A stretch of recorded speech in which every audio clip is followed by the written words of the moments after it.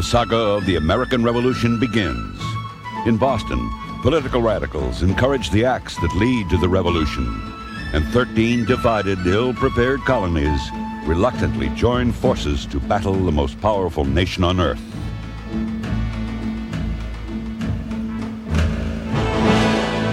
Passion governs, and she never governs wisely. The colonies are not to be emancipated. All men are created equal, victory or death.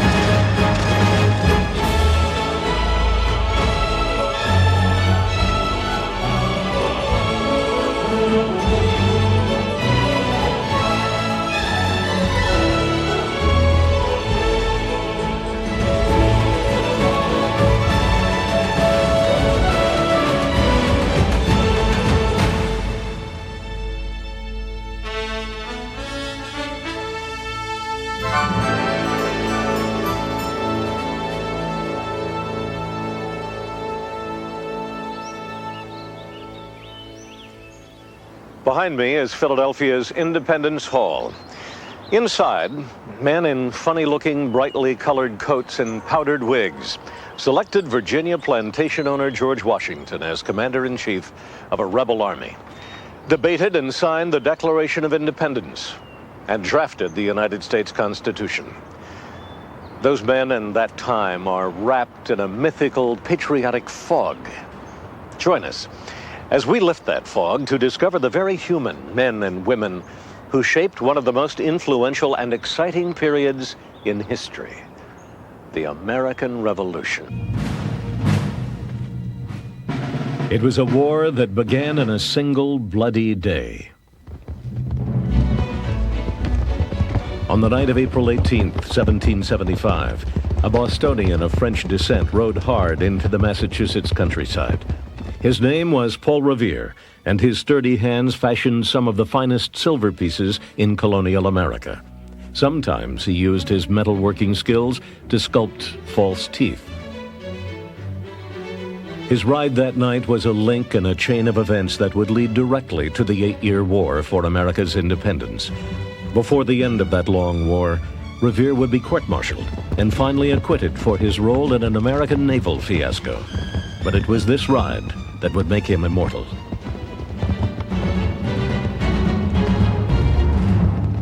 Paul Revere was one of several people who had volunteered to be alarm riders. As it turned out, Paul Revere's ride took him in the same direction that the British were going to march. The message Paul Revere and his fellow alarm riders carried was about a column of 700 British troops marching from the port of Boston into the Massachusetts countryside. I rode upon a full gallop for Mystic Road. In Medford, I awakened the captain of the Minutemen, and after that, I alarmed almost every house till I got to Lexington. Paul Revere.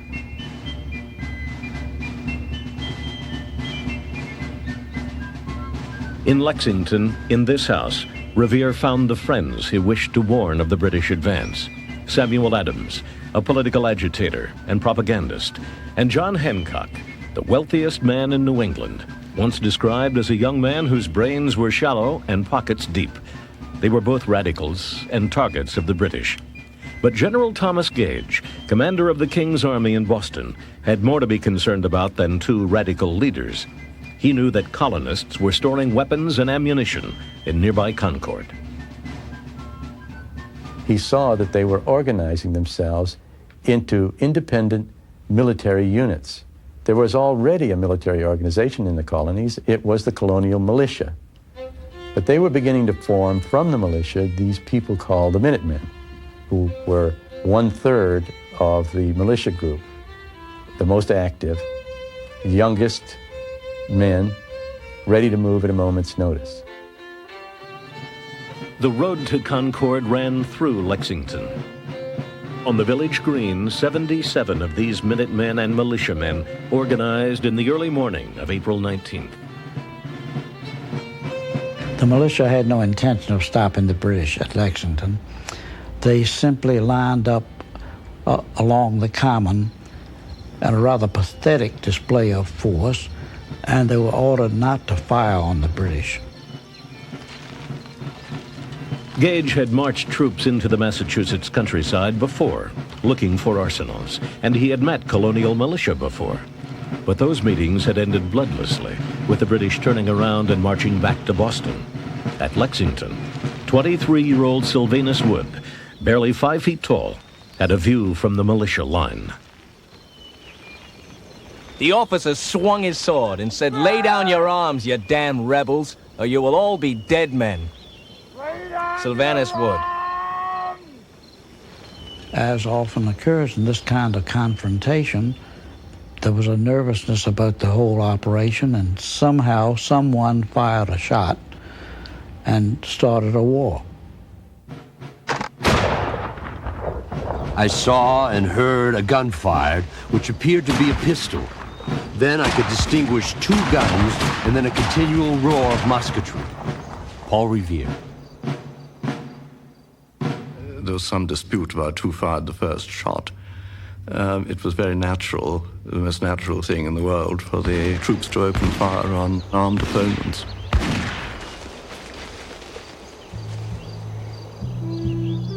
At the end of the encounter, 8 colonists were dead. 2 were wounded. Only 1 British soldier had received a minor flesh wound. For most of them, as well as the Americans, this was their very first taste of battle. They had just fired on their own British troops. After all, this would be like the United States National Guard standing at Lexington and firing at the regular army that comes close to them. The British marched on to Concord and began to seek out the hidden arsenals. Believing their town was about to be destroyed, the Minutemen and militiamen acted. They moved on the British companies left to hold the bridge over the Concord River. As the rebels marched towards the bridge, the British fired a warning shot. Then they fired into the approaching colonists. The American rebels fired back. British soldiers were killed. The confrontation on Concord Bridge started a 19-mile running battle as nearly 11,000 Minutemen and militiamen from all over the state rushed toward the road from Concord to Boston, the avenue of the British retreat. Over 4,000 of them would reach the road to fire upon the King's army.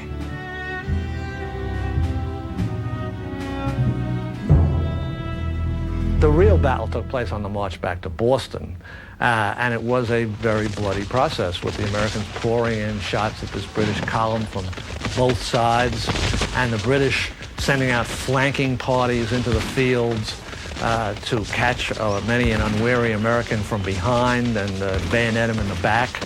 And then they've had to fight their way through several towns, and there was a lot of house-to-house fighting. It was really a brawl.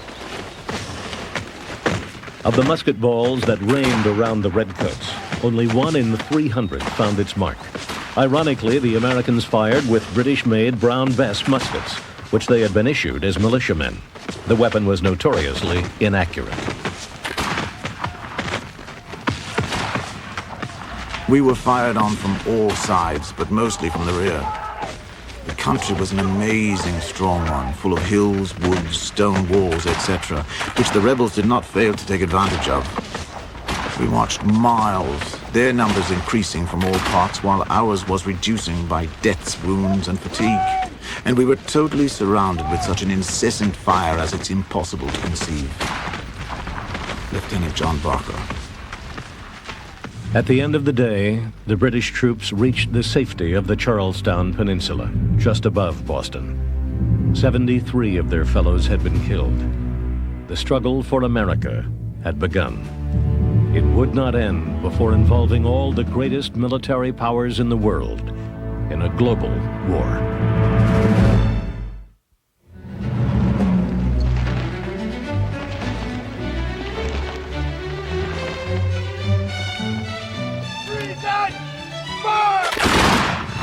The American Revolution was the most important event in American history. It not only legally created the nation in 1776, but it infused into our culture all of our noblest ideals, our highest aspirations, our belief in equality, our belief in liberty, our belief in the happiness of ordinary people, our belief in constitutionalism. All of these things came out of the Revolution. These are the things that we still stand for today. We, the strange mix of folks who ended up calling ourselves Americans.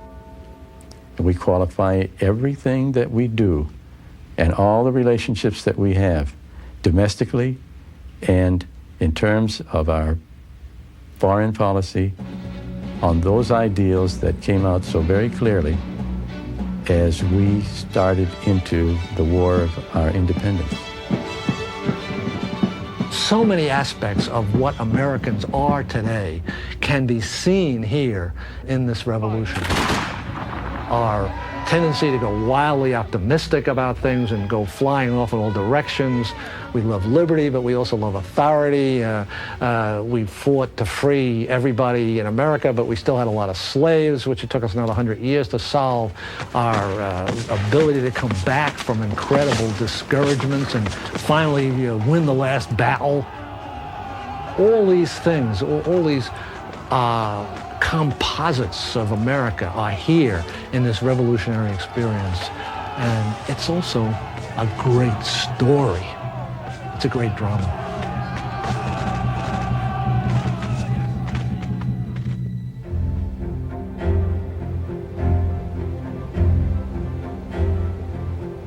What do we mean by the revolution? The war? That was no part of the revolution. It was only an effect and consequence of it. The revolution was in the minds of the people.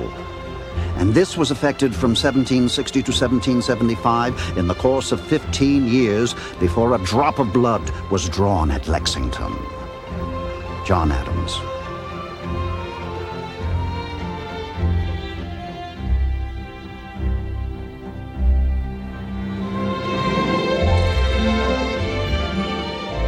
In the decades before the War of Independence began, the 80% of the American colonists who were white enjoyed standards of freedom and prosperity nearly unequaled anywhere else on Earth.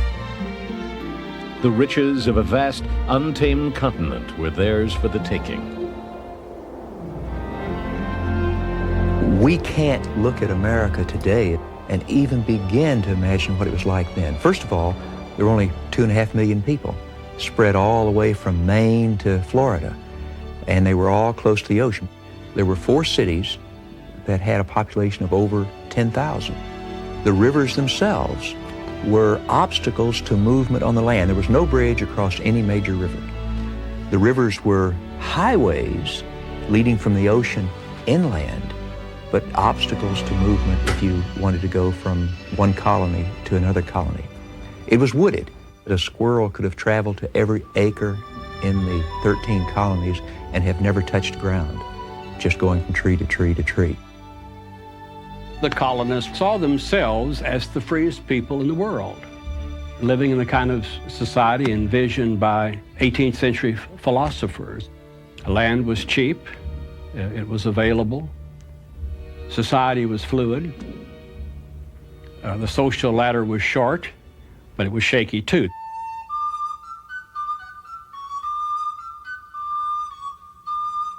Wealth was accessible through hard work and perseverance, and wealth was the key to movement up that social ladder. For over 3 decades, beginning in 1732, a self-made Philadelphia printer and writer named Benjamin Franklin reflected that colonial attitude in his popular magazine, Poor Richard's Almanac.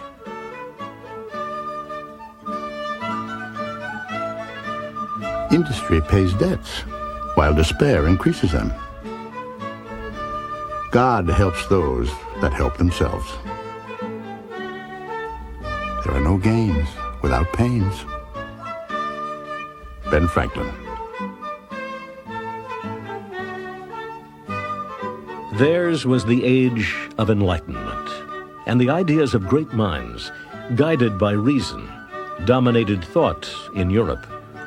Nearly 70% of the colonists were English or of English descent, and they looked to England, the strongest nation on earth, for cultural, social, and political direction.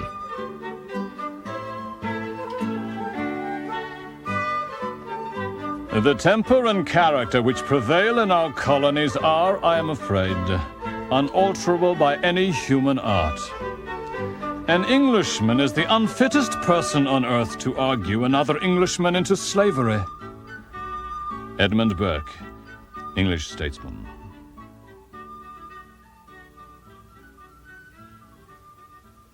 Yet true slavery was an undeniable fact of colonial life. Although concentrated in the South, where the principal crop was labor-intensive tobacco, slavery was practiced throughout the colonies, and slaves were a part of the shipping industry that dominated New England. Ships would take rum from Massachusetts to London. They would drop down to Africa, pick up slaves, and take them across to the West Indies, where they dumped the slaves. They picked up molasses and brought that molasses up to New England, where it would be used to distill rum. They then picked up rum, and the cycle started again. By 1750, Massachusetts exported more than 2 million gallons of rum a year. But rum wasn't the only Massachusetts export influenced by slavery. This is good old Boston, the home of the bean and the cod. The bean was the Boston bean, which was grown to feed the slaves in the West Indies. And the Boston merchants are heavily involved in exporting beans, dried fish, timber, all sorts of things which the West Indies need for their survival. To their west, the colonists found a howling frontier, a place of constant conflict with America's first possessors, the Indians. And in 1754, 2 decades before the start of the American Revolution, that frontier became the battleground for a full-scale conflict known as the French and Indian War.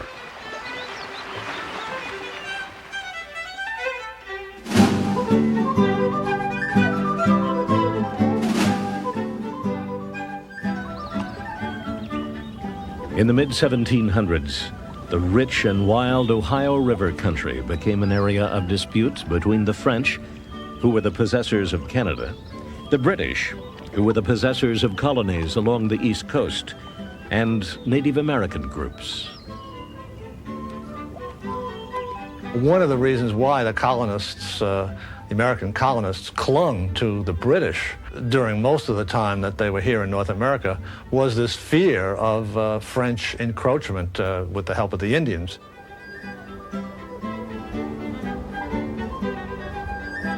The British sent an eager but untried, strapping 21-year-old major from Virginia into the central Pennsylvania wilderness in 1754 to tell the French that they were invading British lands. His name was George Washington, and his regiment, along with a group of British sympathizing Indians led by a warrior named Half King, fired the shots that led to the outbreak of war.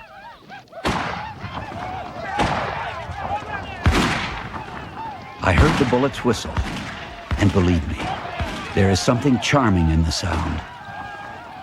George Washington, 1754. The Virginians discharge a volley or two, rush into the camp.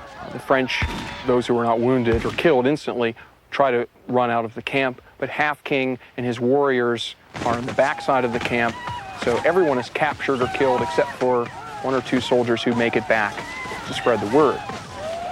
Jumonville, the commander, is initially captured and would have been kept hostage and interrogated. However, at this point, the Half King strode up to Jumonville and probably with a club very similar to this, struck him down right in front of Washington, and that was it. Weeks later, the French and their Indian allies forced Washington's surrender at his hastily constructed fort. But unbeknownst to him, the surrender document, written in French, accused him of assassinating a French diplomat, namely Jumonville. He signed the document. So George then became catapulted onto the international scene as a character who had wantonly shot down this poor innocent Frenchman who was, of course, nothing of the sort. The causes of the war, of course, were much more profound. The British had decided that they were just not going to put up with the French in Canada. The alleged assassination of Jumonville was the match that ignited a war that would continue for 5 years in America, 7 years on the world stage. The war finally turned in favor of the British at a 1759 battle for the fortress city of Quebec, located strategically on high cliffs above the wide St. Lawrence River. Whoever controlled Quebec controlled the St. Lawrence, and whoever controlled the St. Lawrence controlled the interior of Canada. Here, nearly 5,000 British met over 4,000 French soldiers. British General James Wolfe lost his life, but won the battle. Canada became a British possession, and France all but withdrew from North America. Once this threat to their well-being was removed, then the colonists began to think, well, do we really need to be run by this pipsqueak island off the coast of Europe? They began to see themselves as the true possessors of this vast continent. And the seeds of the American Revolution were sown in this rout of the French. But the British saw it another way. They had fought a war defending the American colonies that had left the British treasury with a crushing debt. The colonies would have to pay their fair share.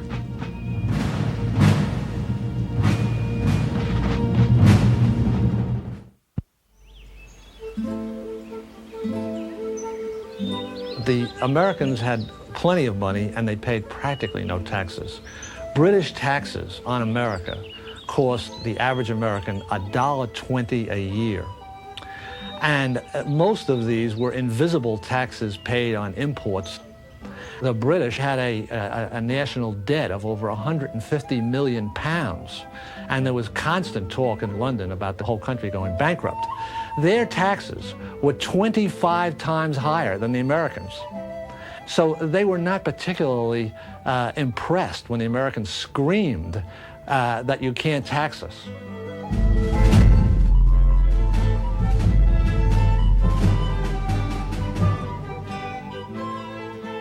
With a population of over 20,000 in the 1760s, the thriving New England port of Boston was, after Philadelphia, the second largest city in America.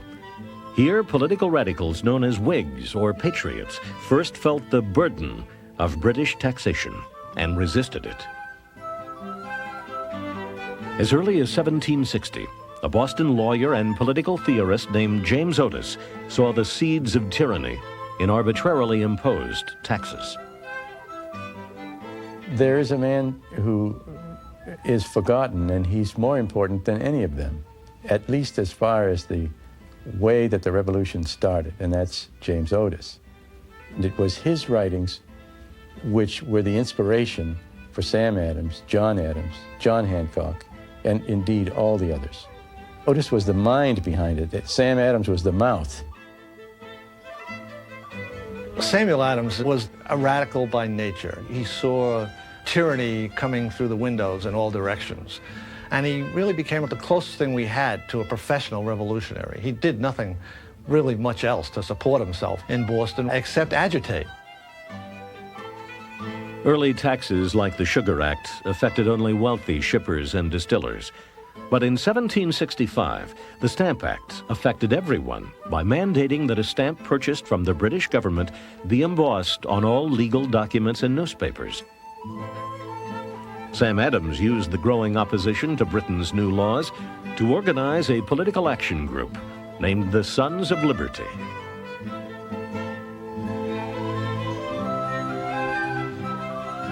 In Boston and throughout the colonies, the Tories, or Loyalists, saw things differently than Sam Adams and his Patriot companions. They often wanted their relationship with England to change too, but they wanted peaceful change, and above all, they wanted to remain within the confines of the British Empire.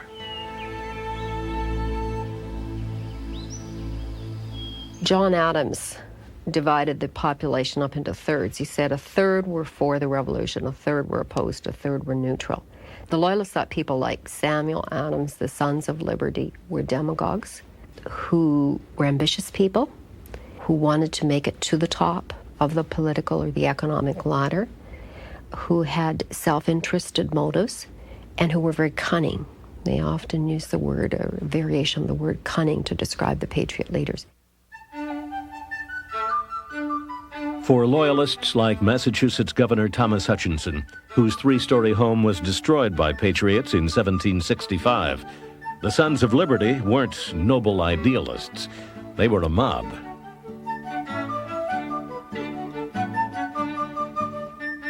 They call me a brainless Tory. But tell me, which is better? To be ruled by one tyrant 3,000 miles away, or by 3,000 tyrants not a mile away? Mather Barnes, Boston Loyalist. One common way of dealing with Loyalists was to put hot tar on their bodies and put chicken feathers on top of the hot tar and to take the person in a cart up and down Main Street so that everybody in the community could show their disdain for these people. Britain, secure in her might, refused to be intimidated by her upstart colonists. She would tax as she pleased, and her colonies would behave and pay. The colonies are not to be emancipated from their dependence on the supremacy of England. George III. George III was certainly not a tyrant. He was devoted to the Constitution as the British knew it, to a constitutional monarchy, parliamentary monarchy. The Americans were challenging the British Constitution, which was, in British eyes, the only constitution in the world, the only parliamentary constitution, the only constitution of free men. The king relied on his ministers, especially his prime minister, Lord Frederick North. Upon my word, if we are to run after America in search of reconciliation, I do not know a single act of Parliament that will remain. Lord Frederick North.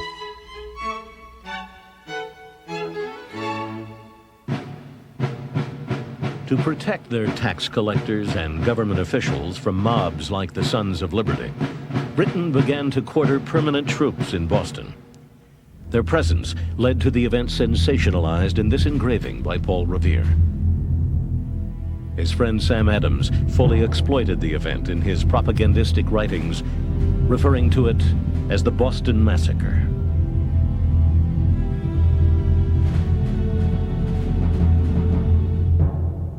It was a cold March night in 1770. A lone British sentry held his post on King Street. Bands of citizens were on the streets, angry after a minor confrontation with another soldier earlier in the day. A mob began to form, the sentry the target of their anger.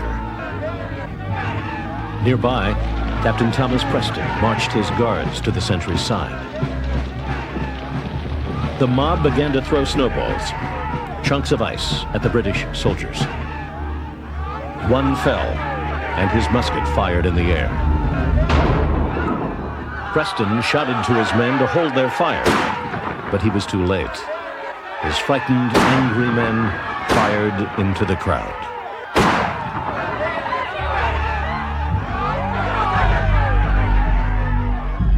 Five citizens died, including Crispus Attucks, a former slave.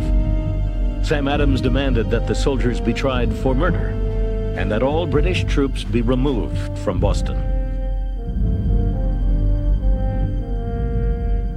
Governor Hutchinson, fearing rioting, ordered the troops removed from the city proper. Later in the year, the soldiers from the massacre were tried. They were defended by 3 men, including one of the finest lawyers in Boston, a patriot, Sam Adams' cousin, John Adams. Facts are stubborn things, and whatever may be our wishes, our inclinations, or the dictates of our passions, they cannot alter the state of facts and evidence. John Adams at the massacre trials.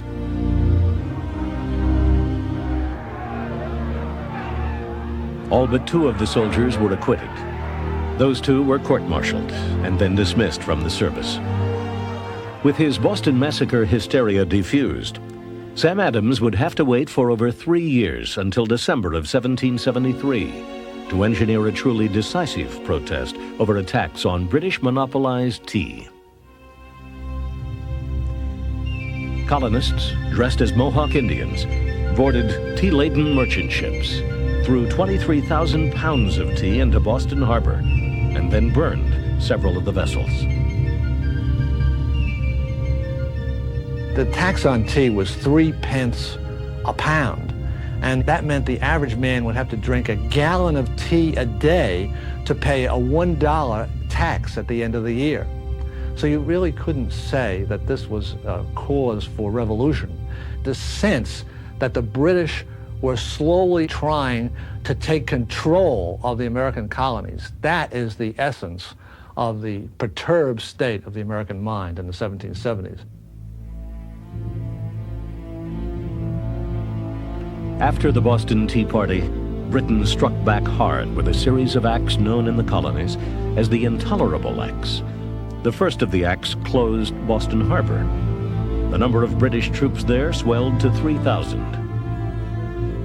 The Patriot propagandists' ravings about repression and economic ruin had become reality.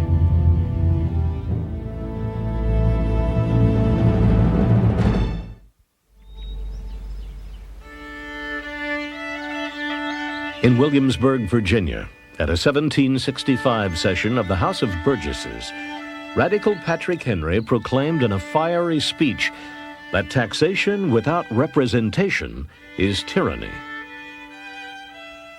One of the few things we remember about the American Revolution is no taxation without representation.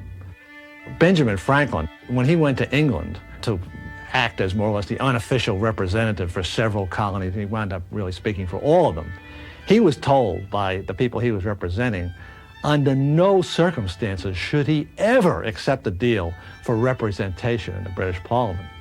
The last thing they wanted was to be represented in the British Parliament because they knew that they would be totally outvoted. No taxation without representation was strictly a slogan. It was much more than simply taxation without representation. It was a war of ideas. The concept of independence was late in coming, but as the war opened and developed, the whole concept of personal and national liberty took control and was essentially the driving force.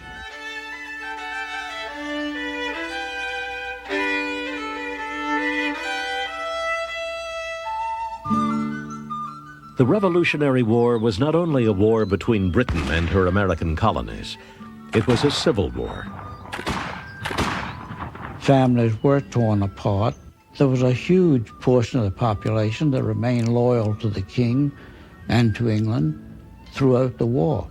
Particularly in the American South, family against family and brother against brother, just as fierce in its reality as the American Civil War of later years.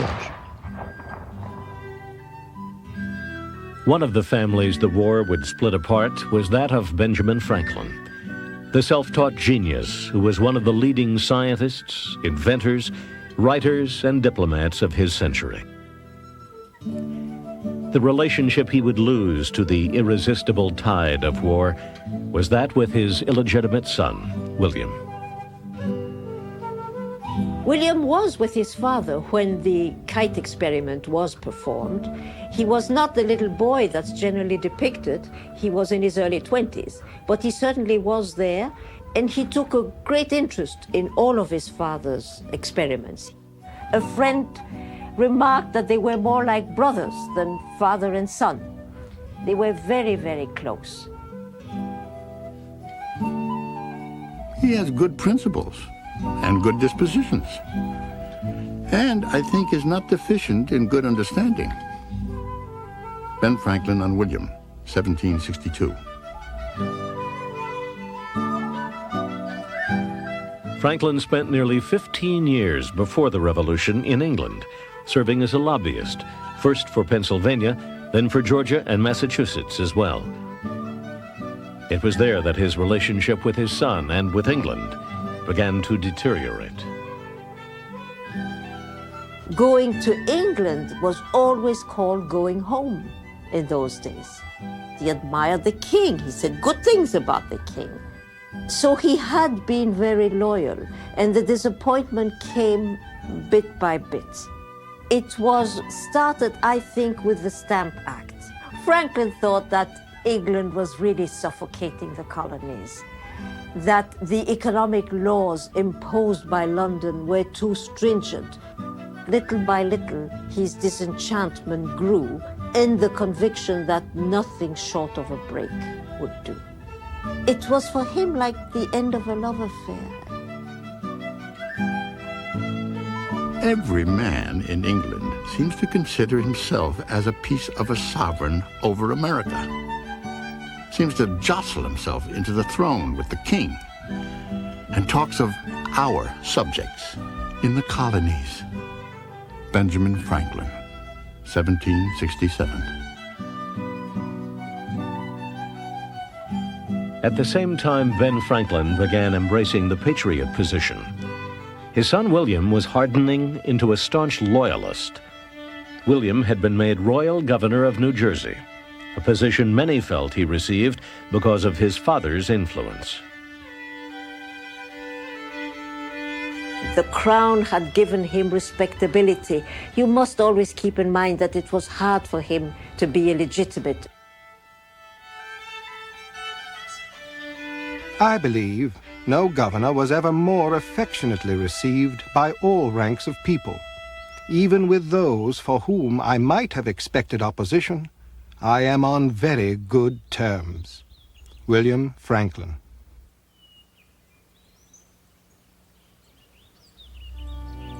Ben Franklin's irrevocable split with England came in 1774, when he was humiliated before Britain's Privy Council after leaking documents that supposedly revealed Massachusetts Governor Thomas Hutchinson as the instigator of Britain's tax policies in America. I hope, my lords, you will mark and brand this man for the honor of this country, of Europe, and of mankind. He has forfeited all the respect of societies and of men. Alexander Wedderburn at the Privy Council. From then on, his effectiveness in England was pretty much ended as a lobbyist. In fact, when Franklin left England on the eve of the Battle of Lexington, it was to avoid arrest. Had he stayed, he would have been arrested and thrown in jail. Benjamin Franklin sailed home to join the 2 million Americans whose lives would be permanently changed by the coming war. By the war's end, he would be the most famous man in the world, but would also be forever alienated from his once beloved son.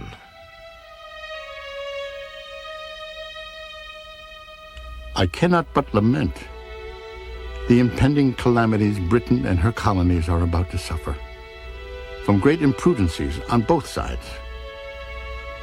Passion governs, and she never governs wisely. Anxiety begins to disturb my rest. Benjamin Franklin, February 5th, 1775.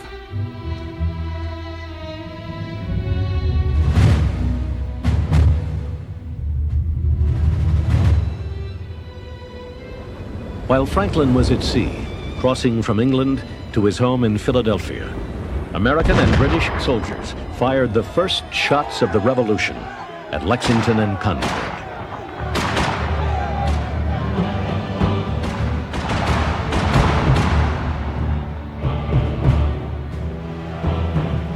In the following weeks, a stalemate ensued as a de facto colonial army encircled the British, who occupied the Boston Peninsula and its harbor. In late May of 1775, less than 2 months after the fight on Concord Bridge, reinforcements arrived from Britain, including General William Howe, who had fought beside the Americans in the French and Indian War. Pompous yet competent General Henry Clinton, also a veteran of the French and Indian War. And General Johnny Burgoyne, gambler, dramatist, and bon vivant. All three would play important roles in the coming years of war. Some of the soldiers thought that one big battle would settle it all. It would enable the Americans to win such a resounding victory that the British maybe would say, oh, we can't possibly defeat these people, they're just too tough, and we'll sue for peace. A leading advocate of a military rather than diplomatic solution was Connecticut's Israel Putnam, a scarred old Indian fighter, another veteran of the French and Indian War. He was a tremendously pugnacious soldier and a very professional soldier, very good soldier. He was the Patton of his day, the ideal combat guy. He had decided that the perfect thing to do to trigger this one big battle was to build a fort on this Charlestown Peninsula that stuck out on one side of Boston with some water in between it. And a fort there with some cannon in it could shell every British ship on the harbor. On the night of June 16th, 1775, the Americans began to fortify Breed's Hill on the Charlestown Peninsula, lower but closer to the water than nearby Bunker Hill. In the morning, the Redcoats were amazed to see an earthworks fort threatening their ships. The British generals ordered 2/3 of their troops in Boston into flatboats and transported them to the Charlestown Peninsula. As the rebels watched and waited atop Breed's Hill, a ball from a British cannon decapitated a young colonist. Some threw down their arms and fled, but nearly 1,200 remained. There is where Putnam got off his great line, "Don't fire until you see the whites of their eyes," which was very good advice for people firing an American musket, because it couldn't hit anything unless you could see the whites of the guy's eyes. An additional fact may also have prompted Putnam's command. Powder was extremely short. Most of the rebels had reached Breed's Hill with less than 13 rounds each.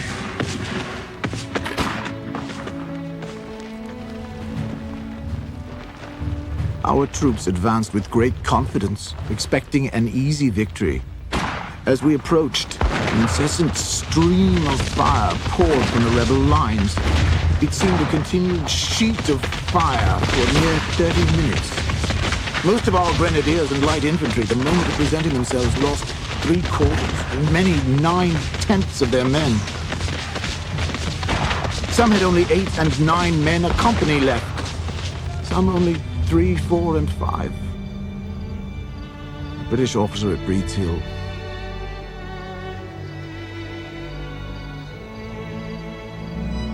The British were turned back, but they regrouped and marched again on Breed's Hill. The main thing any soldier would see in a Revolutionary War battle is smoke. Because once all these muskets and artillery started shooting, the battlefield was covered with a thick white smoke. It wouldn't be the typical romantic 18th century painting where everybody's standing heroic in isolated groups fighting other little isolated groups.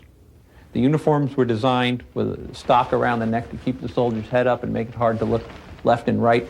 They didn't want the soldier to think about what was going on. It was just better if he was an automaton that followed orders. The British retreated a second time from Breed's Hill, but late in the day, General Howe ordered a third assault. The whole American supply system was so primitive that it collapsed, and the Americans ran out of powder.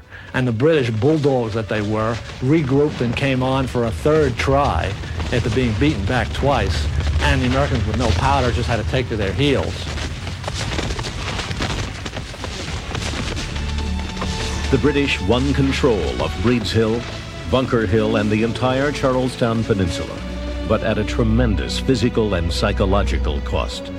Nearly half of their 2,200-man landing force had been killed or wounded. The Battle of Bunker Hill was a terrible eye-opener for the British generals. If you went on fighting battles like that with the small force of British troops in America and the very limited reinforcements that the British were capable of raising and sending in, you'd soon destroy your army. I freely confess to you, when I look to the consequences of it, in the loss of so many brave officers, I do it with horror. The success is too dearly bought. General William Howe. Putnam and his comrades were wrong about one big battle ending the fighting.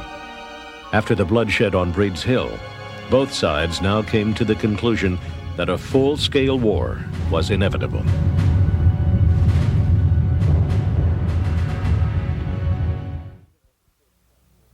Even as the first chapter of the Revolution closed at the Battle of Bunker Hill, a self-declared Continental Congress was laying plans for the Revolution's next phase, here in the Assembly Room of Independence Hall, at that time Pennsylvania State House. That meeting would identify the man who became the embodiment of the Revolution, George Washington.